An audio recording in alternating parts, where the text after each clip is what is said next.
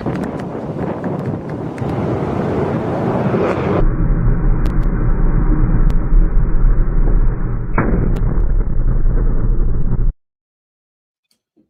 Morning and welcome to Gana short. Gana short में आप सबका स्वागत है.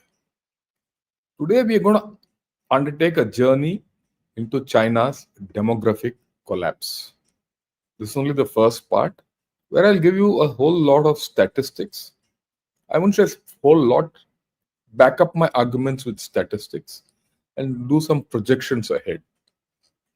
And then in the second part, I will correlate it with economics and things like that based on what information I got, plus what some of you have given me. Right? Very important. I mean, many of us don't understand this phenomenon which is happening in China. It is a silent killer. It is cutting China free from underneath. And we need to keep track of it. If China collapses, it will be because of its demographic collapse. And it is happening at the fastest rate in human history. What happened in Western countries over a century or a century and a half has happened in China in just about 25 years. I said 25 years, it might be less. Even Japan, its demographic collapse started long back, much more. Right? And when people talk of Japanification of China and all that, that's the closest model. But even in that, China cuts it by half. The issue is a catastrophe is looming ahead. People don't realize it. Let me start by saying, look, life is about people. You need people to make a nation. You need people. Economy is about people, their livelihood. It's not about parties. It's not about robots. It's not about technology or rare earth or EVs. People make the nation. And that is disappearing. That entity, that singular entity which makes a nation, is disappearing very fast in China. Interestingly, the Han population is the one which is disappearing. Not the Tibetan population, not the other nationalities of China or so-called China. They are going normal. Okay. It's the Han population which is disappearing. And the disappearance is in their heartland. Where is their heartland? Heartland is not in the center. Their heartland is along the coast, which are the major production agents, the most productive part of China. And that is where China is losing its population. Right. Let's dive. There's this gentleman called Gautam Premchand, who is one of you, one of my audience. He sent me a mail 4 days back when I put this thing out that we're going to do on population. And he sent me some terrific data, and I'm going to present it to you. Because unless we understand this data, we'll go nowhere. Now, he sent me data about the total fertility rate. If you look at the fertility rates of major provinces of China along the east coast, which is where their production is all about, the major production centers, from north to south, you see Jilin, right? Jilin, 0.376. That's their fertility rate. Okay. Hebei, 0.55. Shandong, 0.6. Jiangsu, 0.48. Zhejiang, 0.6. Guangdong, 0.8. Now, let me explain something fundamental about what this fertility rate is. It is the number of children that a woman produces in her lifetime. Okay. They say that if the fertility rate is below 2.1, the population starts collapsing. What is this 2.1? You have to understand, right? 2.1 means that if every family has two children, right? I mean, a father and a mother, they procreate two children. So when the father and mother die, the replacement is two of their children who replace in the population. Okay, so the population is kept stable. So 2.1 is the mark, for many things like deaths, unforeseen deaths, premature, all that. So it's 2.1. So if your fertility rate is less than 2.1, your population starts shrinking. If your fertility rate is more than 2.1, it starts increasing. This metric of 2, that is a father and mother being replaced by two children, is the crux of the whole story, which people have to understand. When now you say that a place has got 0.37, what does it mean? It means in 4 families or 5 families or 6 families, there's one child. So you're not. So the population is collapsing at a huge rate. Even if the fertility rate is only 1, that means one child per family. That's what the implication of the one child policy is. Right? One child per family. Your population is shrinking. Now, 1/3 of that is 0.37 or 0.6 is 60% of that, 40% of that, of the two which you needed. Right? So you can imagine at what rate it is shrinking. Okay, now there's something else. Gautam sent me this beautiful set of graphs. Initially, I didn't understand these too much, but then I got hold of them. Let me explain. This is a graph of a particular city or a particular province. If you see here, the population went up and suddenly started decreasing, and it is here now. Okay.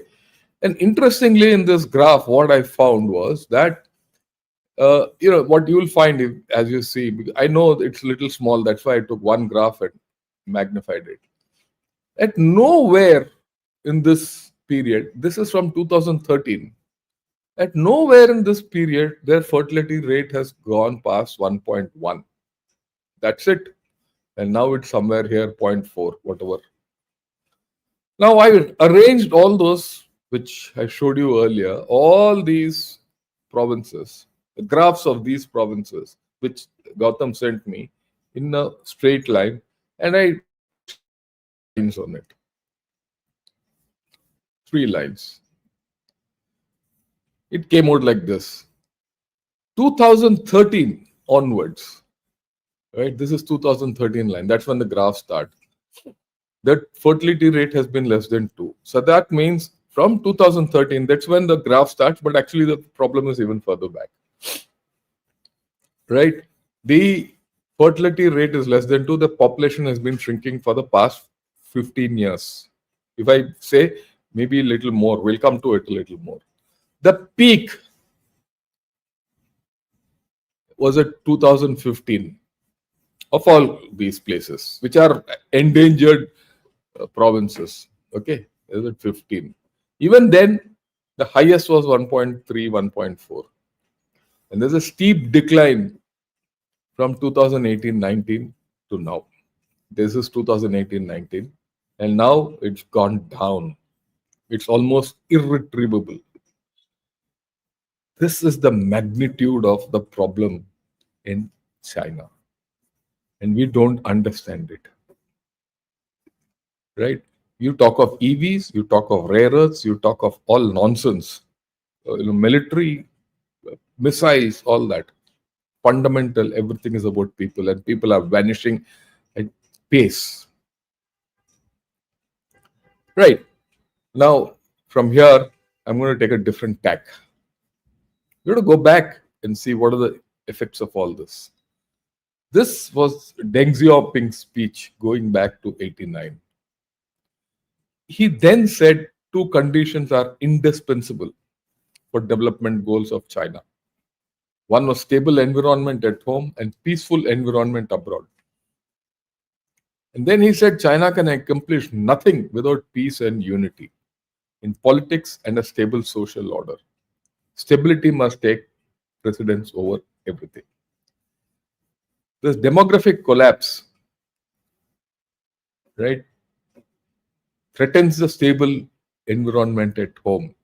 It threatens the stable social order, for which the Communist Party has no answer.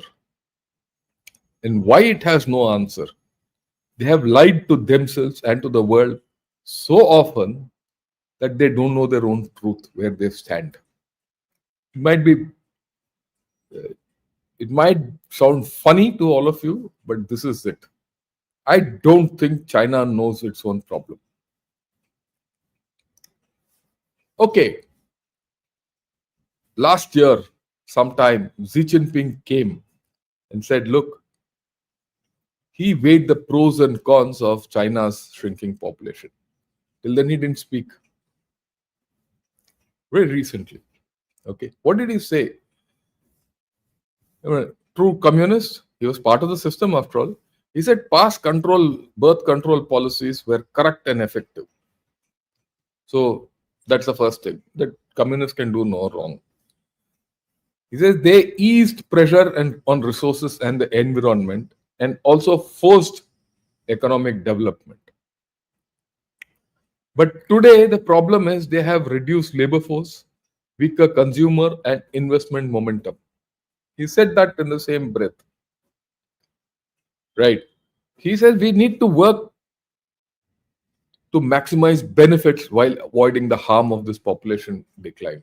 They call it decline, it's not a collapse per their thing. But then he also admitted in this thinking that pace of population transition is very fast. And then he first admitted, this is the first admission, that population decline has come earlier than expected. This gives an indication that they didn't know, they were lying to themselves. And I'll prove it. Or they were lying to the world. And when the situation is getting out of their hand, this whole situation is out of their hand. Do what you may, it's out of their hand.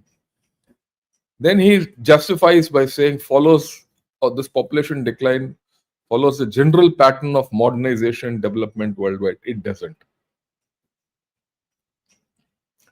There's no doubt that when nations develop and modernize, the population falls. But in China, it has outstripped everything. Why? Because this is a man-made decline. Just like Mao induced a man-made famine, which led, during the Great Leap Forward, which led to the death of 30 to 40 million people. Deng Xiaoping induced this man-made demographic decline, and we'll talk of it.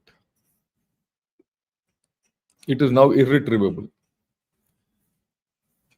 The whole story is that officially it has occurred 5 years earlier than the turning point predicted by the UN. UN said that around 2030, the population of China will start decreasing. But officially, it came out in 2024. Or maybe 2023. That's a minor thing. This is based on the data provided by China, which is false. Actually, this was predicted about 10 years back. The Chinese didn't bother. The thing now is there is no historical experience to deal with a population that is aging the fastest in human history. It's not aging, it's collapsing. There's no record. The nearest is Japan. And if you go by Japan's indices, which I will discuss in the next episode, the whole situation is horrendous. China has got no future. Now let me go back into their own history and their infographics. And this is from a Chinese website, which I picked out. This is not my data. Right? Must understand this. I go by their data. It was in 1980 that Mr. Deng Xiaoping introduced the one-child policy to bring down the population. Okay.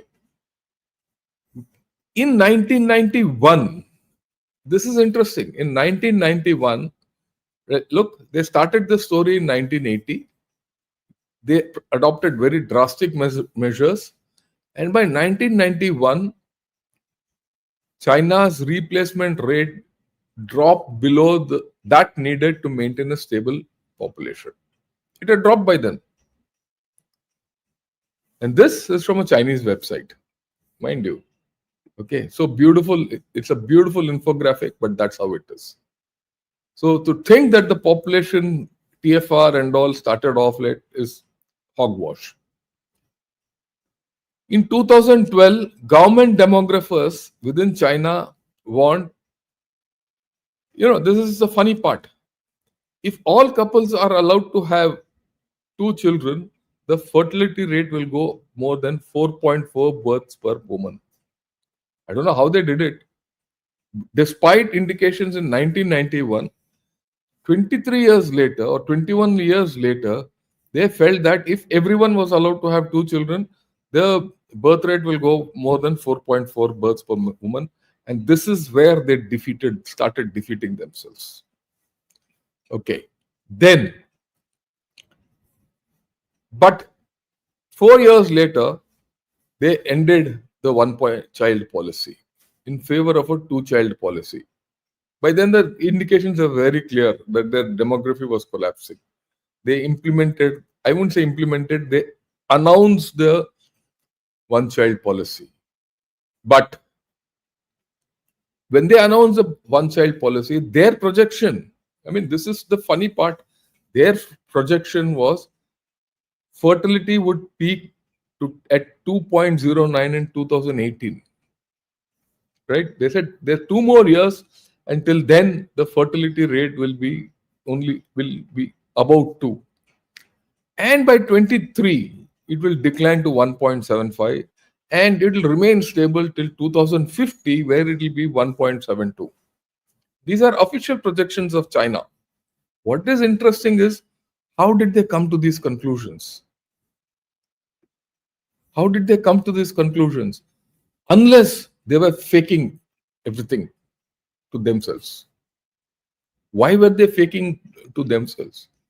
One reason is the amount of funds you get from the central pool depends on how much population you have. So they, at one side, they were implementing the one-child policy strictly, and on the other end, they were projecting a population which is completely different to get more funds. So all provinces had more population than they actually had. They were getting more funds based on that. Underneath, the ground was getting cut. Okay. In 21, they introduced the 3-child policy. Okay. And in 22, officially, the population decline started. The first time in 6 decades, the population started declining. Official. This is all official. This is, like I said, this is from a Chinese web. This entire nice graphic which I'm showing is from a Chinese website. You see how they're caught in their own lies. Okay. The current estimate is that China will struggle to stabilize its fertility rate at 0.08, and I'm being charitable. I'm being charitable about it. Okay. It's below 1 anyway. Right. Now let's take the population by broad age groups. This is a graph of the UN. The UN made this graph based on the data given by China. Official data. Right? This is for various age groups are in this. The red line is for 0 to 14. The green line is 15 to 24. You see how these are going down. Both these, that's the youth, that represents the birth rates are declining. And then this blue line is the peak of their population of 25 to 64, and that's also, it has peaked around this time. Okay, and I'll explain to you these lines further. And the 65 one plus is going up at some point of time beyond 2060 or so, even that will decline. Okay, this is the UN figures. So what I did this last year actually, or 223. This line is of 23. This red line is of 2030. This green line is of 2040 and 50. So I did this, transpose these figures into a matrix. What did I see? This is what I saw. And I will focus only on 2330 because after that the state is dismal. You'll see till 23, in 23, the population, as per official records, it's not so, as per official records, was 1.4 billion. And this is the distribution as per this graph of people. And when you see, as per this red line, that's this 2030 line, this is the correlationship. This is the distribution. The overall population reduces just by 5 million, not much. But the change which occurs is here, which I've highlighted. While the working age population doesn't decrease too much, the old age population increases. I'll get back to this graph later, right? Okay, we'll see some facts and figures. Now, all these complete story is contended by many people. But there's one guy called Yu Fuxian. Yu Fuxian was a Chinese demographer, basically a gynecologist. When he wrote a couple of books and articles about this demography, all that, he was shunted out of China. So he was shunted out of China and he went to USA. These days he's somewhere in Madison. He's in the Madison University, some university, and he keeps writing. And he's all his thing is available on Twitter and all that. But I'll give you, and he's written a book, something like a nest without birds or something like that. Right. Now, at that point of, he's come out with a few data. He has argued that China's population is 1.28 billion instead of 1.41 billion. Okay. This thing came out about 2 years back. Now, why? On what basis has he said this? Okay. The basis which he says is these graphs. Forget about all the graphs which are going down. The thing is, this graph is going down. Just look at it. This graph is going down. What is this graph show? It shows, look, when did the maternity clothes of women, strollers which are bought in women, and the cribs which are bought in, strollers which are bought in China, and the cribs which are sold in China, their data. You see the marked fall in, this sales. What does it indicate? No children. So based on this, plus what he did was he did an estimate based on BCG vaccines. How many vaccines are given to people? Because that tells you. So it's a complicated thing. I'll not go into it. So based on that, he has concluded that the population of China is 1.28 billion. And this conclusion he gave around 20, around that time. The dates don't matter much, but this was much before. Okay. Right. Now I'll get back to this graph. I've told you this is of 23. This is of 30, 40, 50. Same here. But what I've done in this is something very fundamental and simple.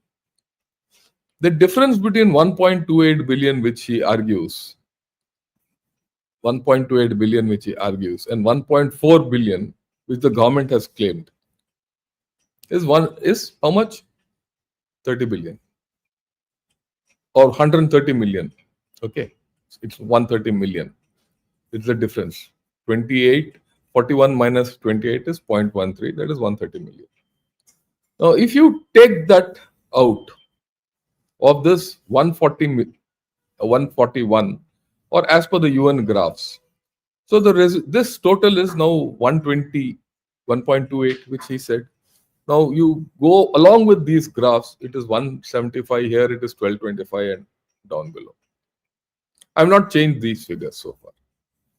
So if these totals are lesser, and I'll go by this, there are, if you go to some YouTube channel, they say it's 800. Some chaps say it's only 1 million. I've gone by some metric that is 1.28 billion. So 1.28 billion, this here. So if the reduction is 5 million over the next 4-5 years, it's 1.275, and it will be 1.225 later. This is as per that same this following these slopes. But then this is wrong then, isn't it? So I adjusted those figures on these figures. These figures need to be adjusted because they will all carry forward. And you have to also understand these figures won't vary. These are people who are living. That count can't be wrong. The count which has gone wrong in China is those figures, these people who are young, who are not born, or who are born, and that figure will be the one which is a doubt. The top figure of people who are 65 plus or over 30, 35 doesn't matter.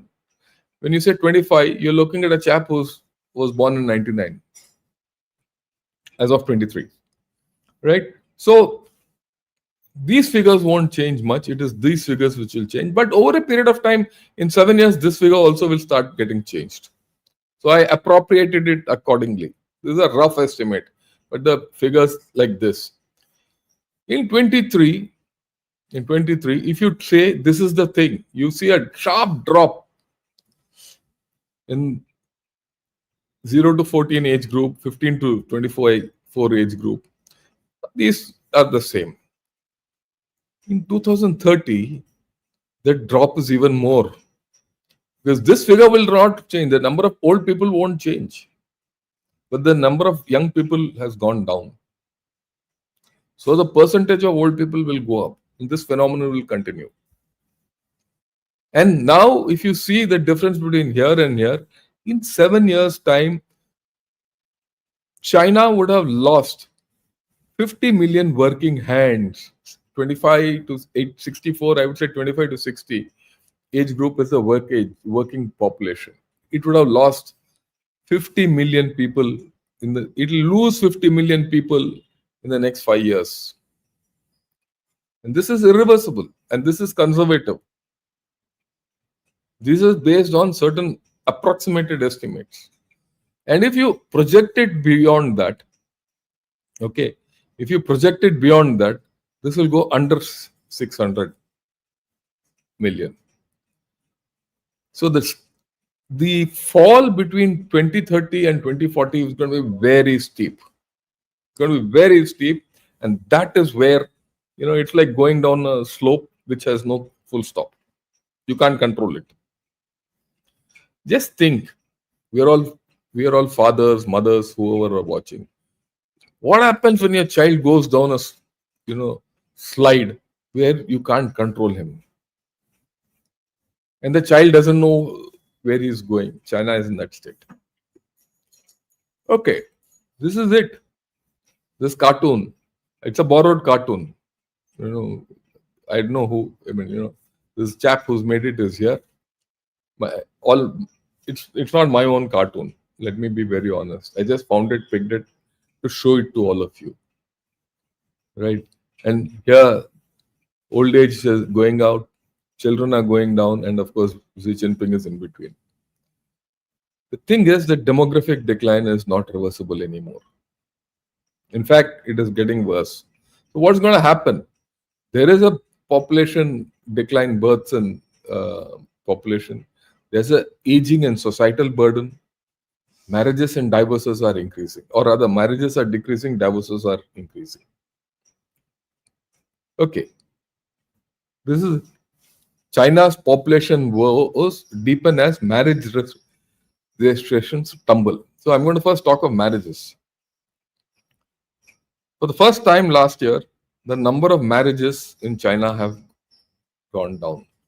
It's here. Marriage registrations in China could fall as low as 6.01 million. It's gone below 6 million, the lowest in their history. So if people are not getting married, they'll not procreate. If people are then getting married, they're still not procreating. So the effect is even worse. It's just not the fertility rate. The fertility rate is about people who got married and are not procreating. But you have to get married first to procreate. That has fallen.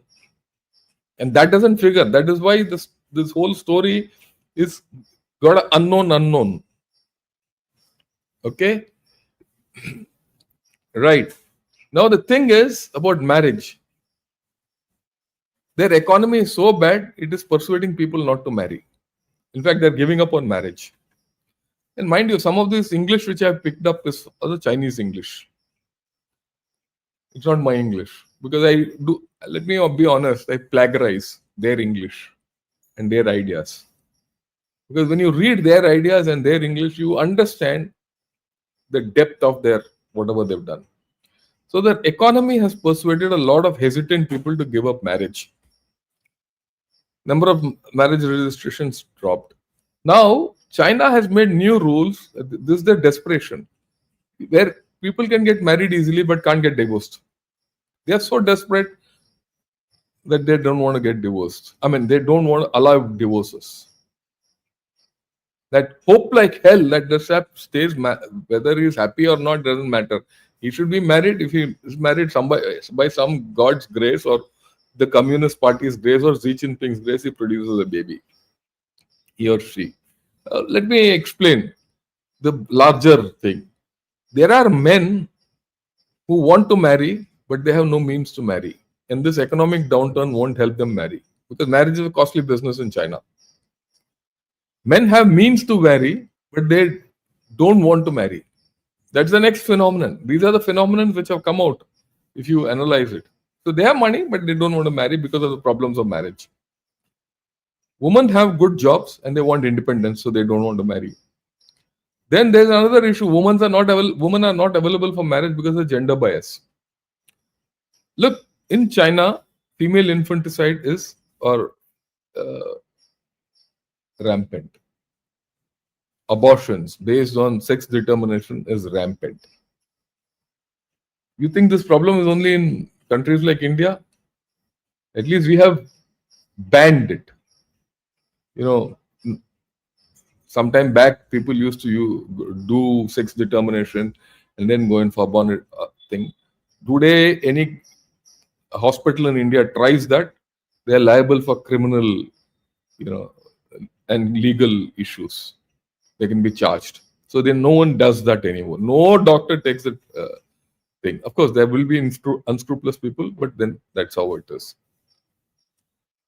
Okay. But in China, there's no ban on this. So there is a lot of female infanticide. So the gender bias is there. They don't have enough women. Then it's too costly to marry. Because there's an economic downturn, pay is lower, and unemployment is there. All these prevent marriage.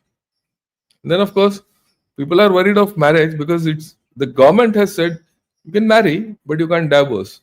So people are saying, if I can't divorce, why should I marry? All these are multiplicative factors. We don't think of all this. We don't think of all this when China says, I've flown a rocket to the moon or I have a great missile. Why do you think I say China will, collapse? China will collapse because the demography is collapsing. If people collapse, how will China continue? And we'll talk of that a little later, one of these days. These are things coming out of the Chinese website. This is all China Morning Post headlines. Put a ring on it. Chinese women don't want marriage anymore. They come to such a stage where provinces or regions are doing matchmaking business. They are helping bachelors find wives because they're not there. Yeah, it will do good for Pakistan to send a few of them there. Pakistan sends donkeys to China, they can send some other wives. It's a racket. And there's a racket which is from Bangladesh also. Bangladesh has got a racket where people are Bangladeshi girls are told, go to China and get married and be happy and all that. People go and end up as sex slaves. This is documented. Okay. I mean, this is funny. Couples who break up hold parties, and their divorce rates are increasing despite everything else. You have to understand what's happening in Chinese society besides what we normally talk. And all this comes from their thing. It's not my imagination. Let's talk of this, birth rates and death rates. This is crude, right? Their death rates are increasing, their birth rates are decreasing. Right? Fewer people being born, more people dying. Right? This death rate could vary. It could vary because there's longevity of life has increased due to medicine, all that. But equally, the birth rates are only going. So, but what is the effect? There will be social issues. There are inadequate pensions. The pension funds in China, as of today, even as of today, are not adequate beyond 2035. The last I heard was till 2035 they have some pension funds, and the pension is not enough for people. Rural pensions go down as low as 200 yuan. What is 200 yuan? I leave it to you to think of. The insufficient healthcare in the rural areas, खास करके, and for old people. Today, there's a phenomenon where nurseries are turning into nursing homes or old age homes. Insurance benefits are not there, and people are fighting against insurance benefits. There, people have come out on the streets and talking of it. All this doesn't come out. One odd video comes out because they suppress all this information from us. But there are cases where people have got onto the streets and have protested against lack of insurance. Provinces have taken away their medical insurance. There's lack of people. Okay. And the working age population is reducing. So all this will induce societal problems which are coming.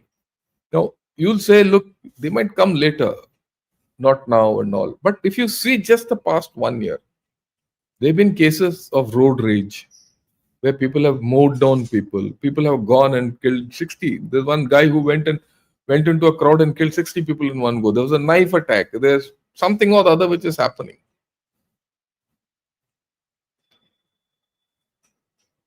Which earlier then probably never happened, or it was suppressed. So the story that everything in China is peaceful and all is all nonsense. Sheer nonsense. Okay. Then this is the birth and fertility rate. This came out last year. This is not a new graph. This is an old graph.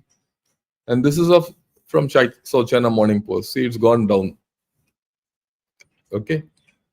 Now, their fertility rate has gone down below 1.09 way back in 2022. And this is their data. In places like Shanghai, it was just 0.6 in 2023. And I showed you the main provinces. It is not even 0.6. It's 0.3, 0.4, 0.5. It's a real collapse which is happening. We talk of property collapse. This collapse is even faster. People say, oh, no, government is giving incentives, all that. I'll talk about the incentives. I'll just talk about the incentives. Okay. But their thing is, I don't think they can even stabilize at 1. This is it. Why people don't get born in China. Cost of having children is still too high, benefits too low. No incentive is enough for people to give birth children. See, their logic is very simple. It takes 20 years for a child to become a taxpayer. Right? Now, if a government has to give money as incentive to have birth, a boy or a girl can get born. But it takes him 20 years to become a taxpayer, right? So till that government gets 20, has to wait for 20 years for tax from income from them. Why will they pay now? As it is, they are under debt. So they're reluctant. They're not giving enough incentive for encouraging childbirth. 12 to 17% wage drop for women who have children. This is important. People say, no, you should have allowed children, all that. But firms, on the quiet, say, don't have children. If you have children, your wages will drop. And then women, as per the government says give maternity leave, all that. But on ground, sorry, there's no maternity leave. Or if you want maternity leave, it will be unfair treatment or something like that.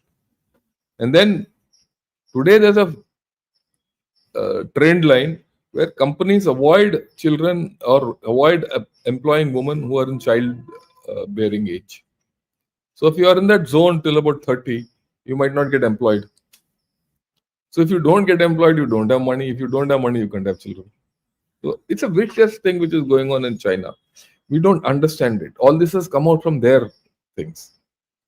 What are the cost of raising a child in China?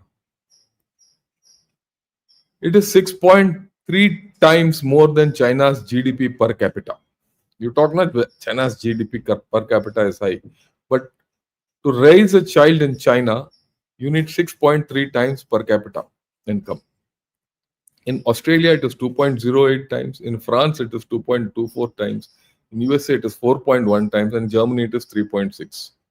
China beats everyone hollow on this metric. So why will people have children? The state will give you subsidies to produce electronic vehicles.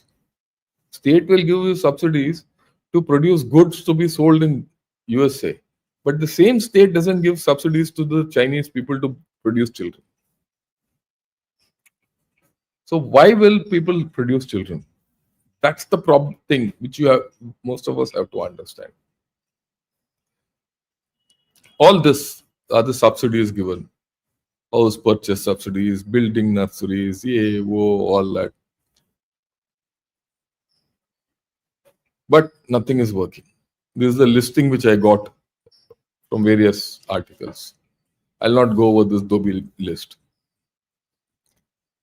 Okay. Now, this is very nice.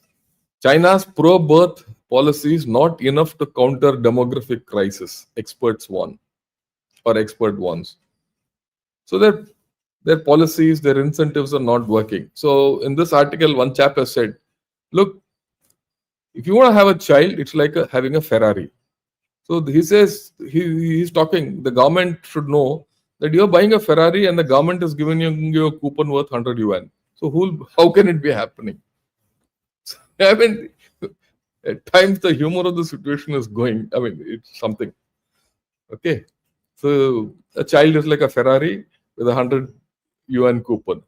So will anyone go for it? No. Okay. Then the Chinese government people are calling up women. Now, if you are in a particular age group, you might get a call from the local government chap, if I have a child, why are you not having a child? Okay. It's a very humorous thing again. Right. Who asked them? The same guys who once upon a time spoke to these women not to have a child are now asking them to have a child. That's what this is verbatim. Grassroots government workers who spent decades imposing strict birth control policies now call up women to urge them to get pregnant. So there's a conversation which goes like that. Is that Mr. Huang? Sorry to disturb you. I am from your sub-district office. Are you pregnant now? He's the same guy who rang her up some time back to tell her don't get pregnant. And then when she asked why, that lady asked Mrs. Huang, "Why are you not having getting pregnant?" I told her I have no money, no time, no energy for a second baby.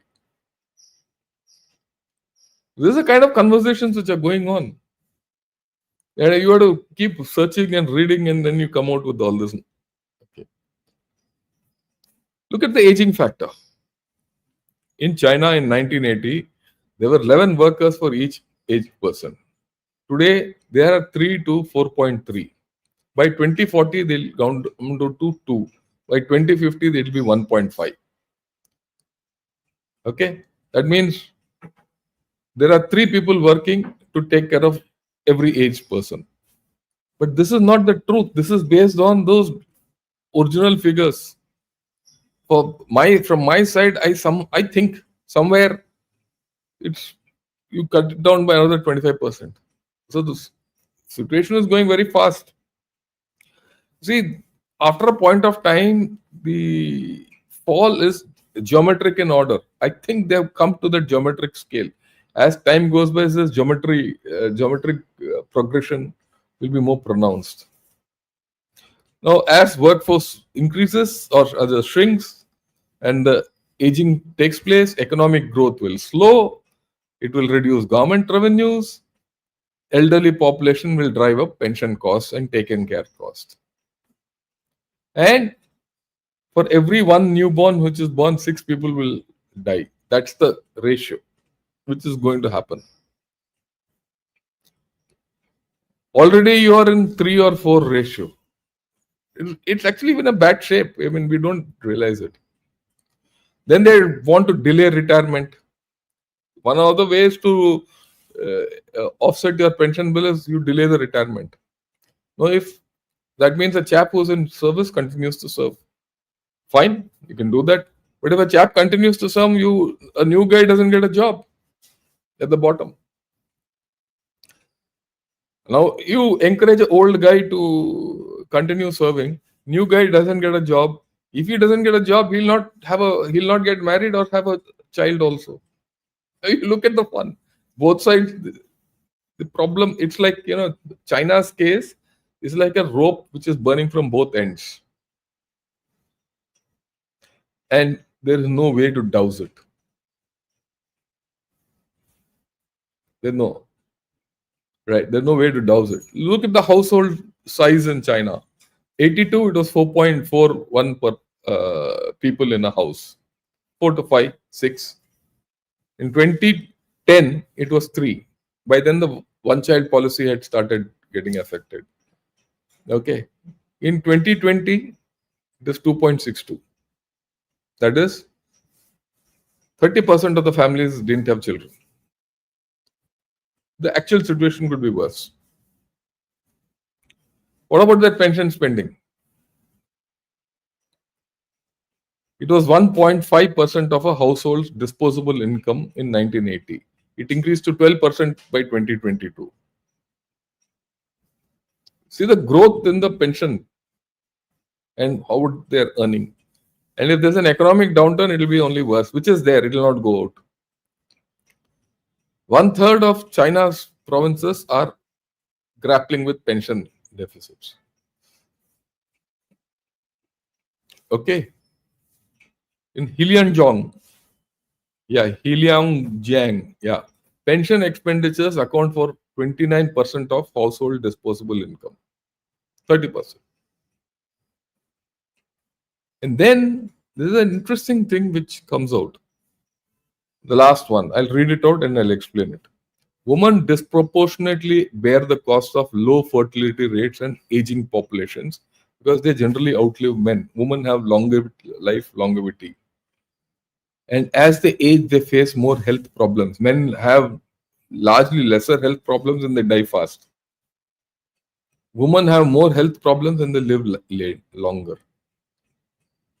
And if there are no pensions and their basic needs are not there, what will happen? And they're forced to work beyond their retirement age, and after that, they are not going to be cared. There are other issues which I will talk. There's one other person who, Raja Kalangi, he's written a mail to me and he's analyzed the effects of the reduced population. I'll talk of that separately. I'll talk of that connected with economy, and I'll talk. But these are the fundamental facts which are there. There's something called unlocking silver economy. I'll talk with what Raja has written to me. They're asking elderly people to work. Well, the workforce is also shrinking at many places. I'm not spoken of military, all that. I'll talk later. And then this is another thing. 60% of Chinese above 60 are empty nesters because they have no one to take care of them. There are no children at home. Then this China's burned out young urbanites flock to youth nursing homes. This is a social effect. Kangping, all that. People are working 996 routine, so they are going to nursing homes. It's mental.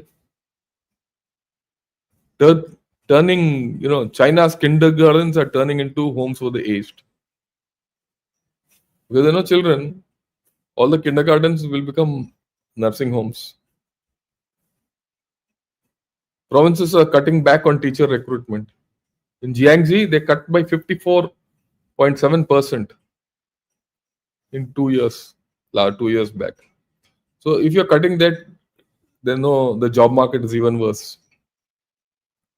Unemployment, this figure I've shown many times. And there's something more interesting. There's a disconnect or there's a connect with the property crisis. Now, if the houses surge and everything goes up, they discourage marriage and fertility. If I'm married, I won't have a child because I've said, you see how costly it is to have a child in China. But if I have a house which I'm stuck with and I'm paying mortgage on it, I can't sell it off. So I will not have a child. Or if I'm alone and I'm stuck with a flat, all that, I'll not get married. So the property crisis has also had an effect on this. And then 10% increase in house prices implies reduction of 0.01 to 0.03 births per woman. It has already happened when the property was going up. Now it is happening when the property is going down because it's so obnoxious. This one factor of property is comparable to the increase of female education, impact of female education. Just the property thing has a correlation. The number of women who don't want to get married because of their education, job opportunities and all, that many people are not getting married because of property crisis. These are hidden facts. And then they have a single man problem.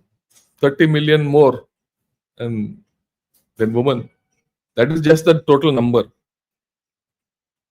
And these single men are basically from lower level. They are not getting married. They're from urban or rural areas. They don't have any prospects for marrying, no children, no nothing. Well, this is the bleak landscape of China's population. I've just given you the landscape. The analysis of this I'll do separately because you can't do everything together. Okay. I do hope you people have liked it. If you liked it, press the like button. Do subscribe to Gunner Shot. And I'd request many of you to join me as members.